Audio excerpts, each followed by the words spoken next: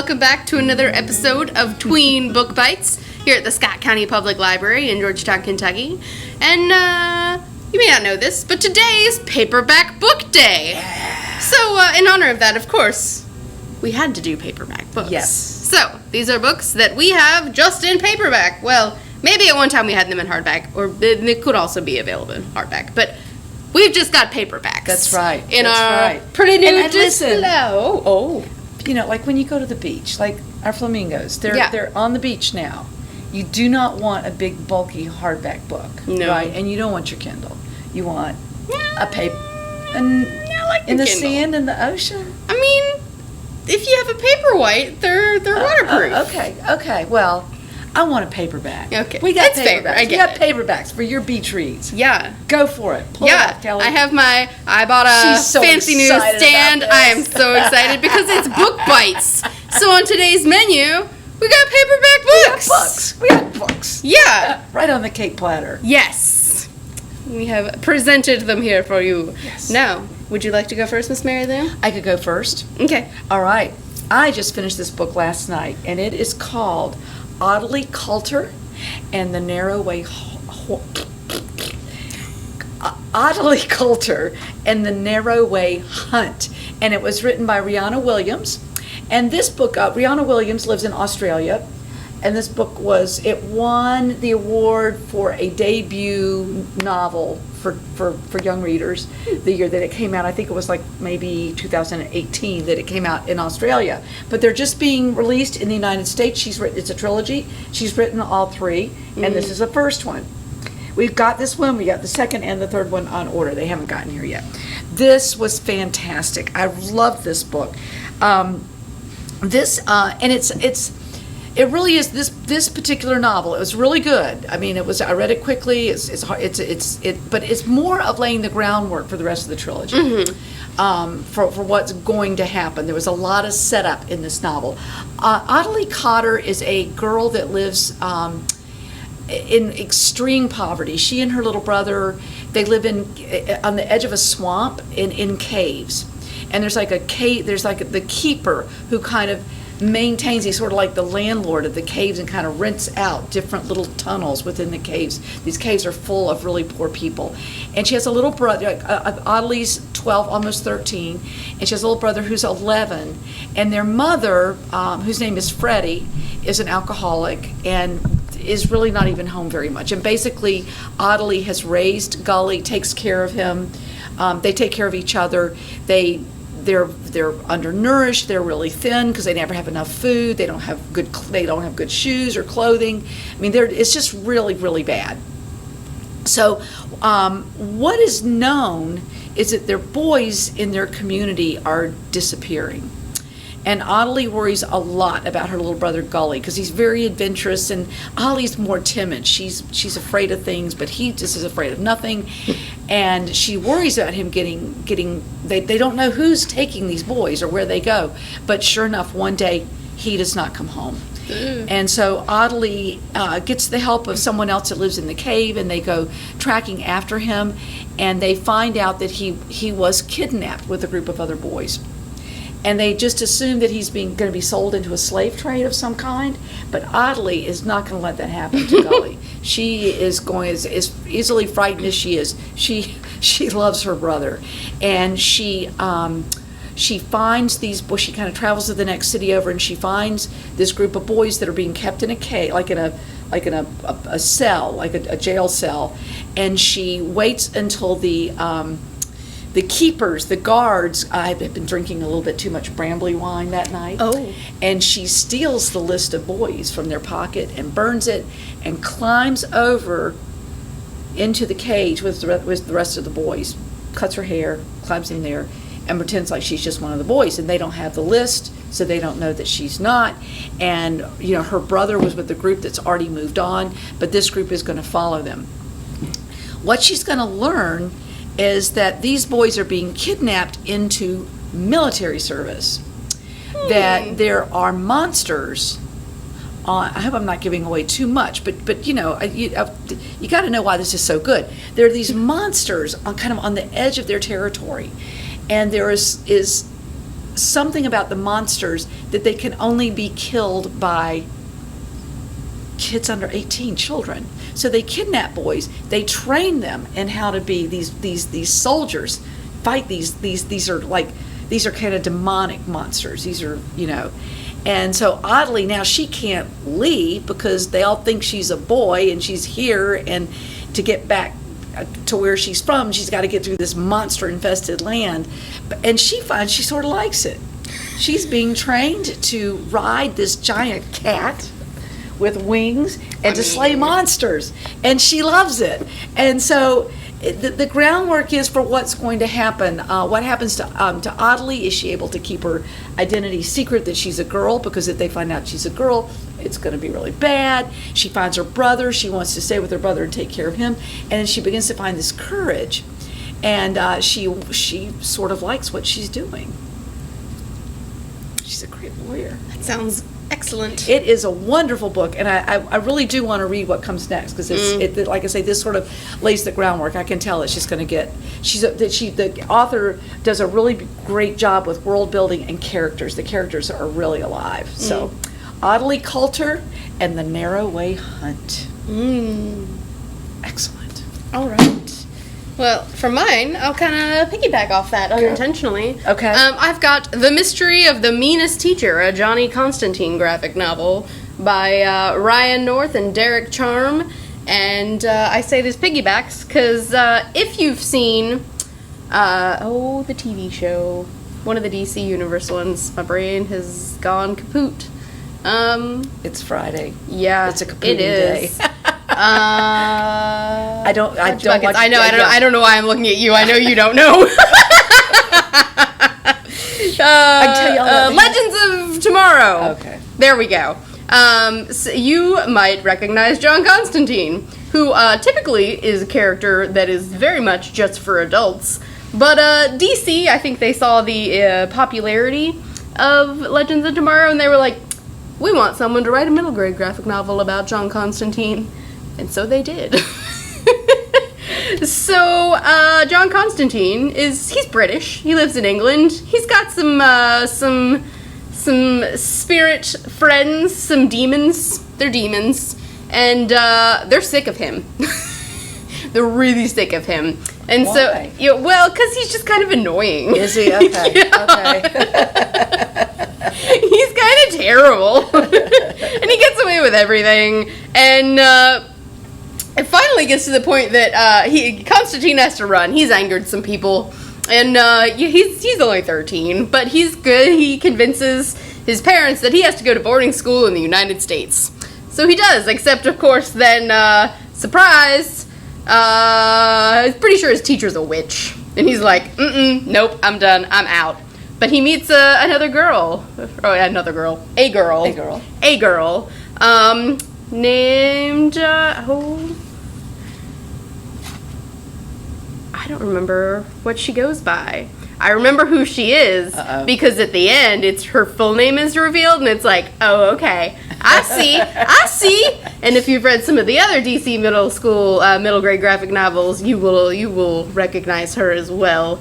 But yeah, she's pretty great. That's her on the front cover there, and it ends up being the two of them trying to take down their evil witch teacher, and it's really funny. If you've read anything by Ryan North, like The Unbeatable Squirrel Girl, you're gonna love this. Even if you don't care about Constantine, you're gonna laugh so much.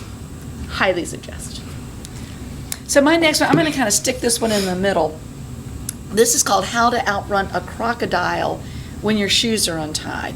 And I'm going to tell you all, I read this book quite a few years ago. And normally, after I read a book, I write a book talk. So if I ever want to book talk the book 5 years later, I can pull my notes out and read them.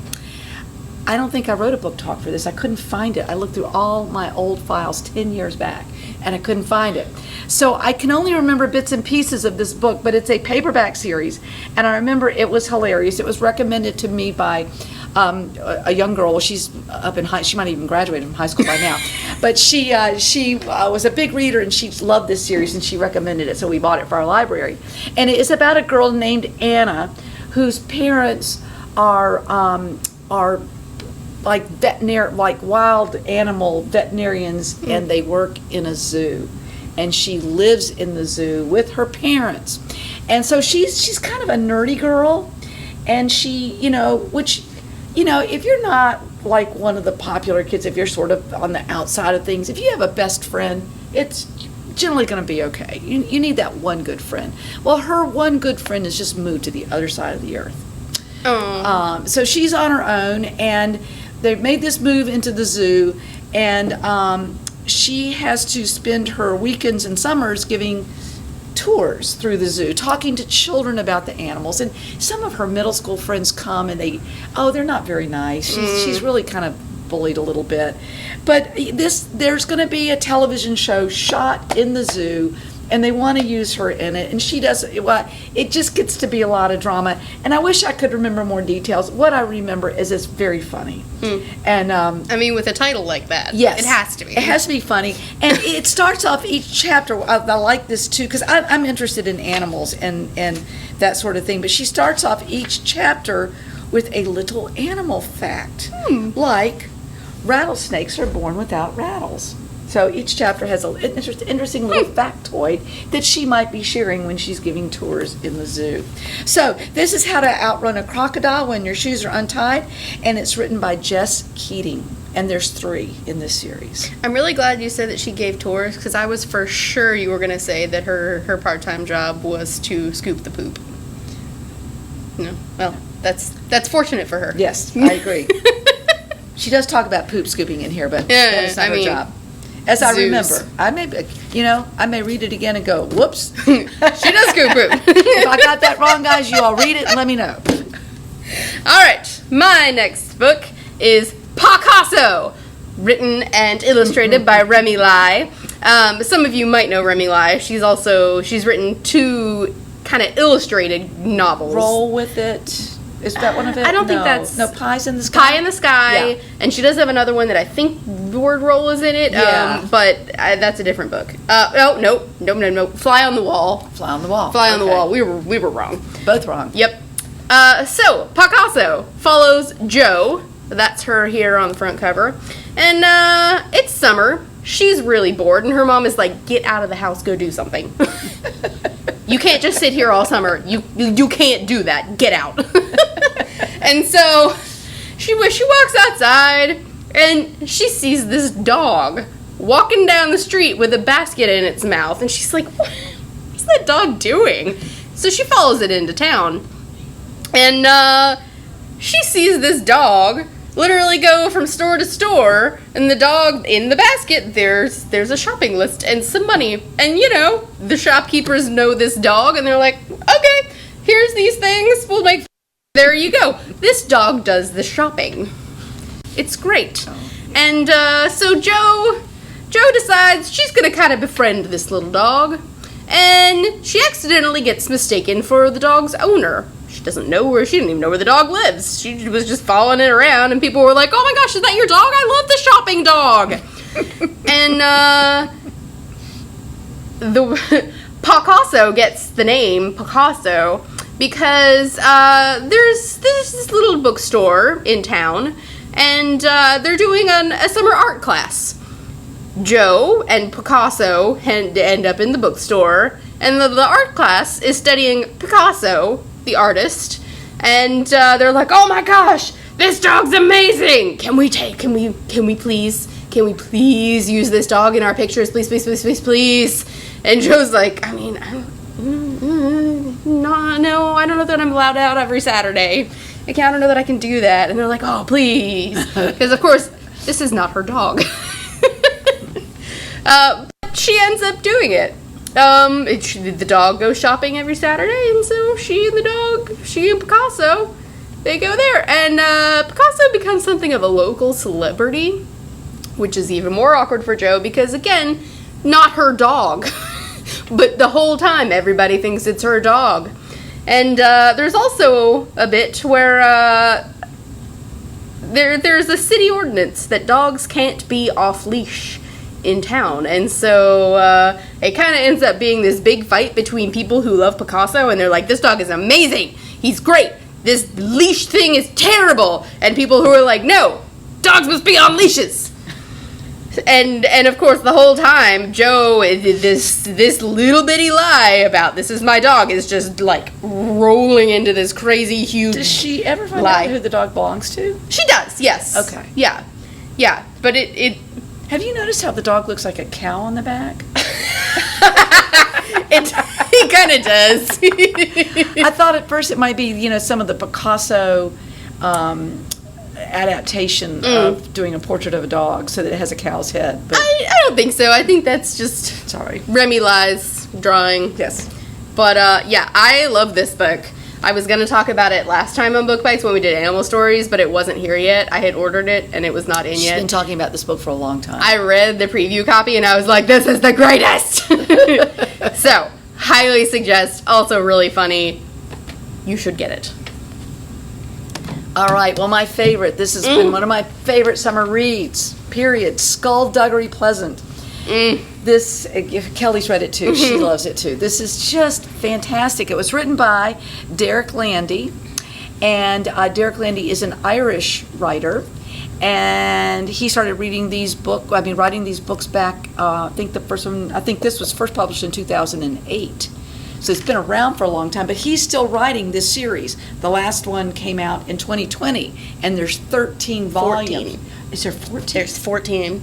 I was talking with someone about it the other day, and we were looking at the shelf, and we were like, oh, there's the newest one. It's at 14. Oh, my gosh, 14. Okay, so there's 14 now. That must have come out sometime this year, 2021. Anyway, you won't be sorry because it's just fabulous. You're going to want to check out at least 2 of them at a time. Yeah, it's a really fast read. So Stephanie, she's 12 years old, lives right outside of Dublin, Ireland.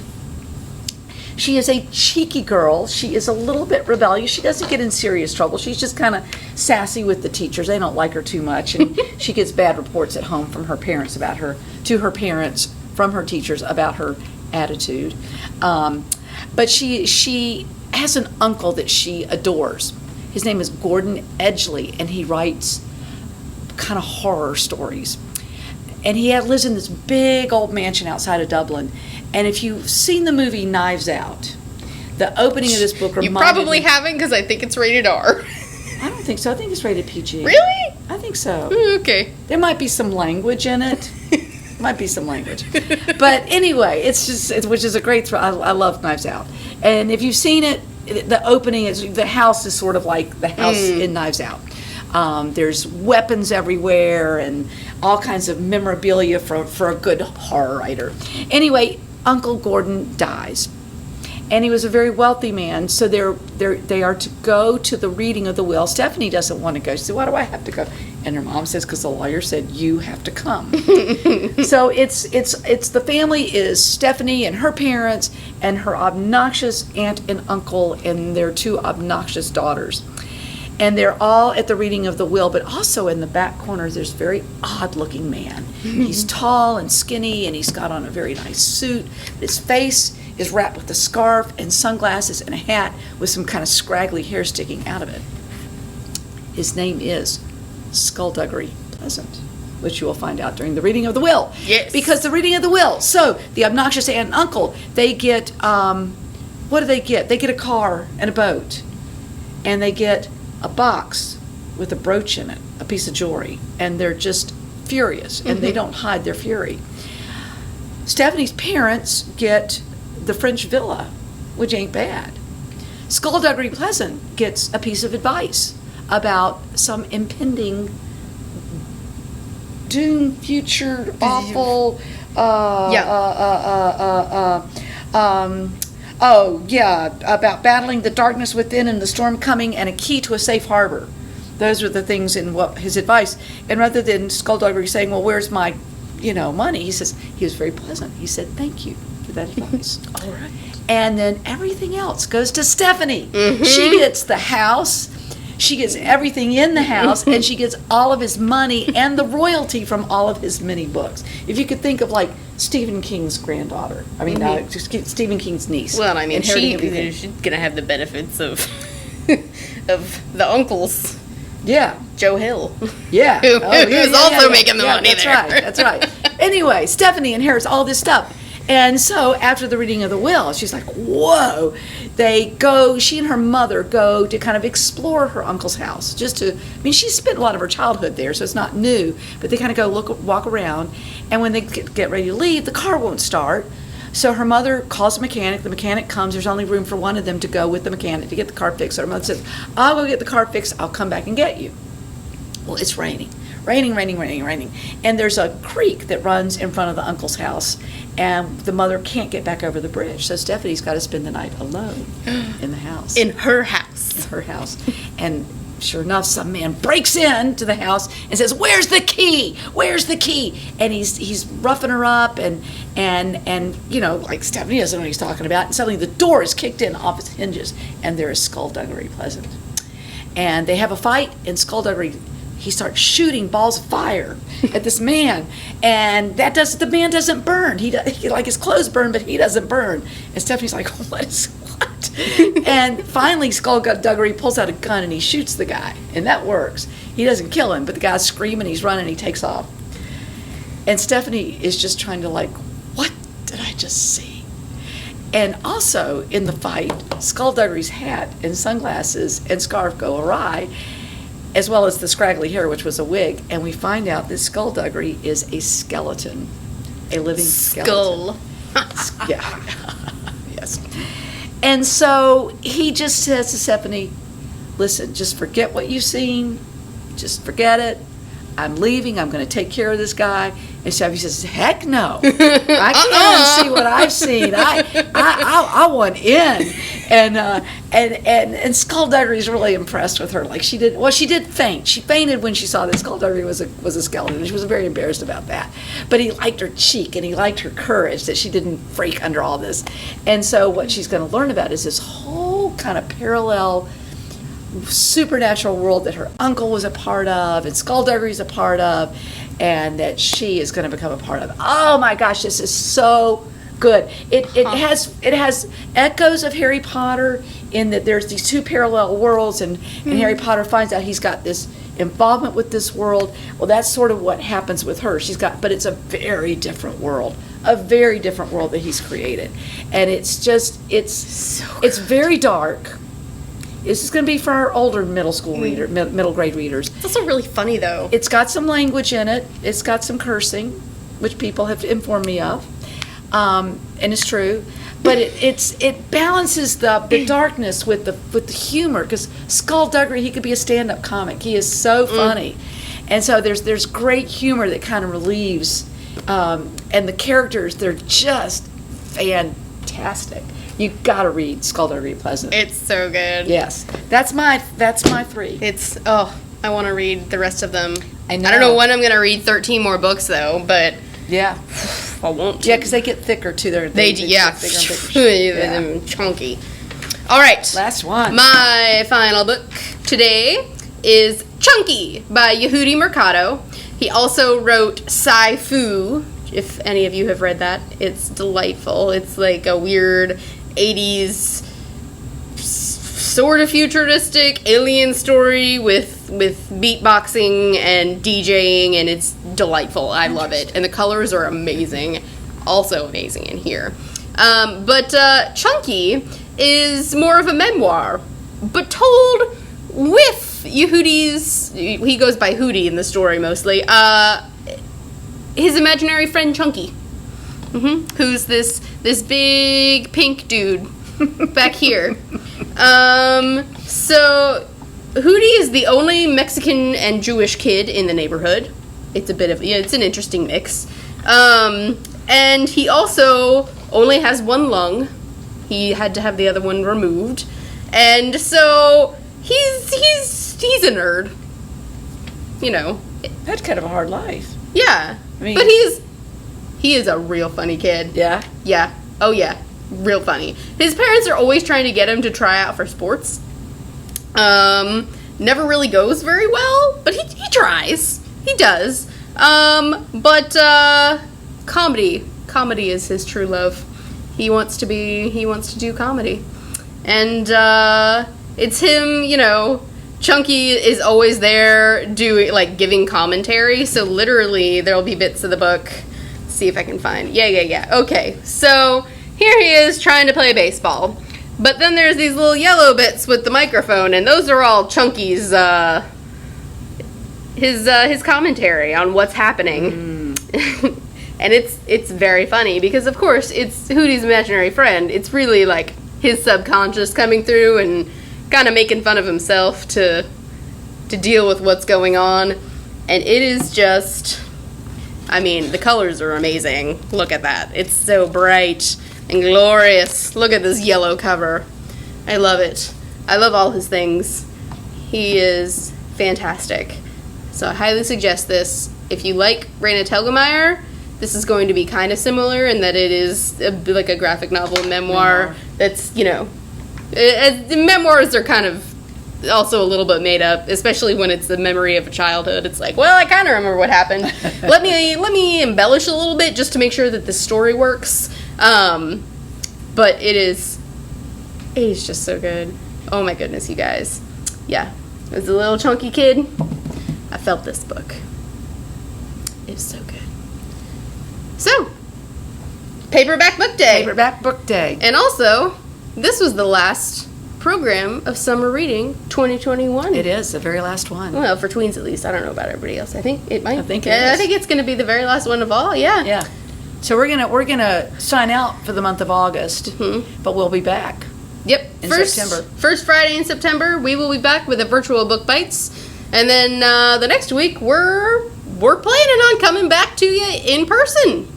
Assuming the world stays somewhat normal, you know, but that's we're hoping. We're keeping all that on, kind of hanging because numbers aren't looking good right now. No, but So, we're hoping. we want you guys to stay safe. Yeah, but we'll be back with programming. Have Yes. no fear. One way or another. All right, happy rest of the summer. Yeah. Enjoy these weeks before school starts. Bye, guys. Bye.